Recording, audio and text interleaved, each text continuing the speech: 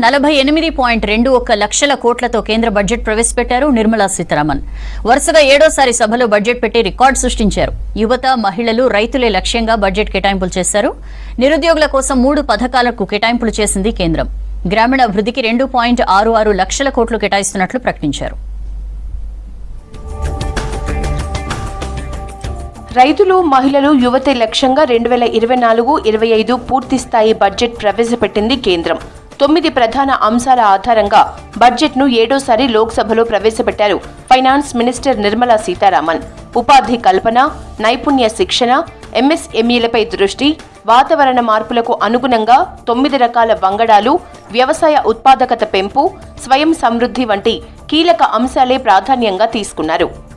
I'm happy to announce the Prime Minister's package of 5 schemes and initiatives to facilitate employment, skilling and other opportunities for 4.1 crore youth over a 5-year period.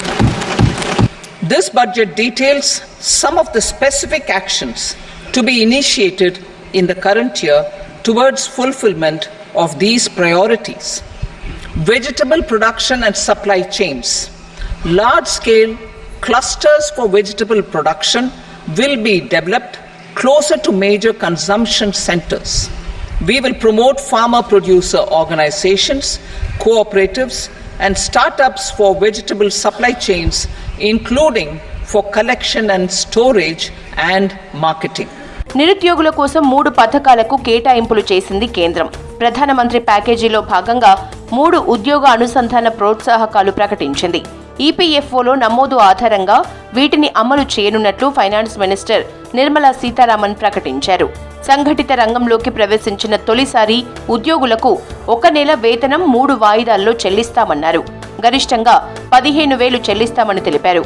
లక్షల మంది యువతకు ఇది లబ్ధి చేకూరుతుందని అన్నారు Nirmala. Direct benefit transfer of 1 month's salary in 3 installments to first-time employees as registered in the EPFO will be up to 15,000 rupees. The eligibility limit will be a salary of 1 lakh per month.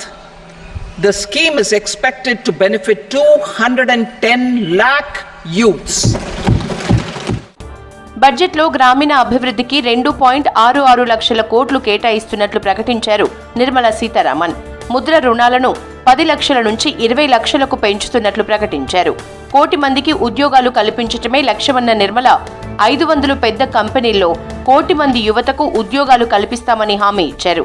100 నగరాల్లో flood and play తరహా పారిశ్రామిక పార్కులు, 12 పారిశ్రామిక అభివృద్ధి కేంద్రాల ఏర్పాటు, పారిశ్రామిక ప్రాంతాల్లో పనిచేసే కార్మికుల కోసం అద్దె గృహాల నిర్మాణం చేపడతామన్నారు. I'm happy to announce a new centrally sponsored scheme as the 4th scheme under the Prime Minister's package for skilling in collaboration with state governments and industry. 20 lakh youth will be skilled over a 5-year period. మౌలిక సదుపాయాల కల్పనకు కేంద్ర బడ్జెట్లో పెద్దపీట వేశారు. దీనికోసం 11 లక్షల కోట్ల కేటాయింపులు చేశారు. స్టాంప్ డ్యూటీని పెంచేందుకు రాష్ట్రాలకు అనుమతి ఇచ్చారు.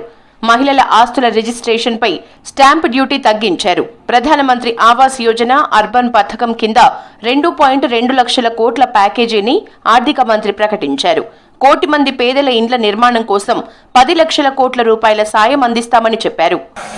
Under the PM Awas Yojana Urban 2.0, housing needs of 1 crore urban poor and middle class families will be addressed with an investment of 10 lakh crore rupees. This will include the central assistance of 2.2 lakh crore rupees in the next 5 years. NSP పథకంలో మార్పులు చేసింది కేంద్రం. మైనర్లు చేరేందుకు అవకాశం కల్పించింది. ద్రవ్యలోటు జీడీపీలో 4.9% తగ్గుతుందని అంచనా వేసింది. మరింత హేతుబద్ధంగా జీఎస్టీని సవరిస్తామని చెప్పింది. విదేశీ ప్రత్యక్ష పెట్టుబడి నిబంధనలు మరింత సరళతరం చేస్తామని చెప్పింది.